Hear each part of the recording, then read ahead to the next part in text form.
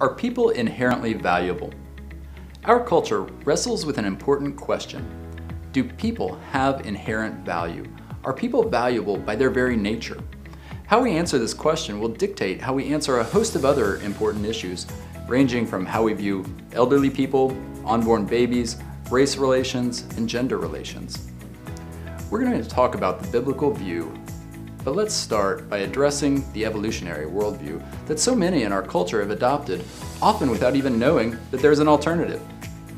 The evolutionary worldview says that life somehow evolved from non-life, though the mechanism by which that supposedly happened remains unexplained. Then as that original living organism reproduced, its genetic code somehow gained more and more information over time through random, yet incredibly fortuitous mutations, such that its offspring came to possess a wildly diverse set of amazing functionalities. It's kind of like if the simplest smartphone app began self-developing more and more functionality as it was copied, such that it eventually spawned an entire app store in which all different manner of apps arose from that one simple app, all by accidental, random copying errors. We know that errors in software rarely produce beneficial functionality.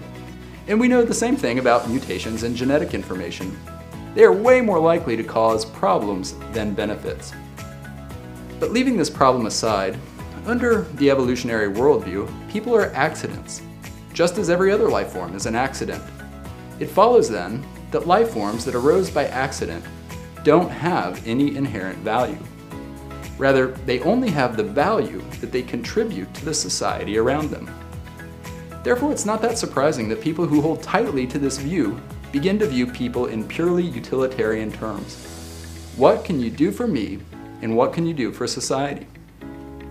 One such person is a man named Peter Singer. He stated that it's morally acceptable to kill disabled babies.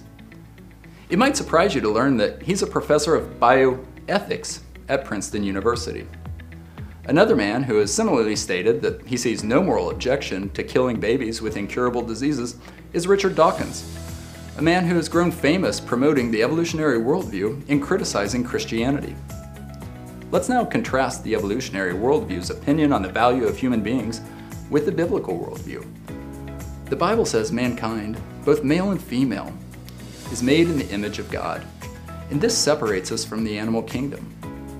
God says that mankind is not an accident. Mankind was deliberately created by God for God. In fact, while man and woman obviously play a major role in making babies, the Bible makes clear that this process doesn't happen without God's involvement. As Psalm 139 says, "You formed my inward parts. You knitted me together in my mother's womb." Not only that, but the psalmist goes on to declare, "I will praise you, for I am fearfully and wonderfully made. Marvelous are your works." We see a couple things in this. First, the recognition that God receives credit for the creation of life. Second, people are wonderfully made. God's work in creating life is marvelous.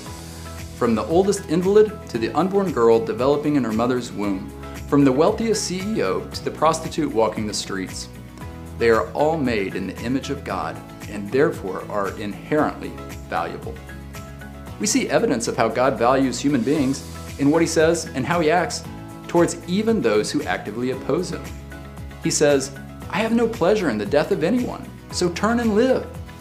These aren't just words, but God followed them with action.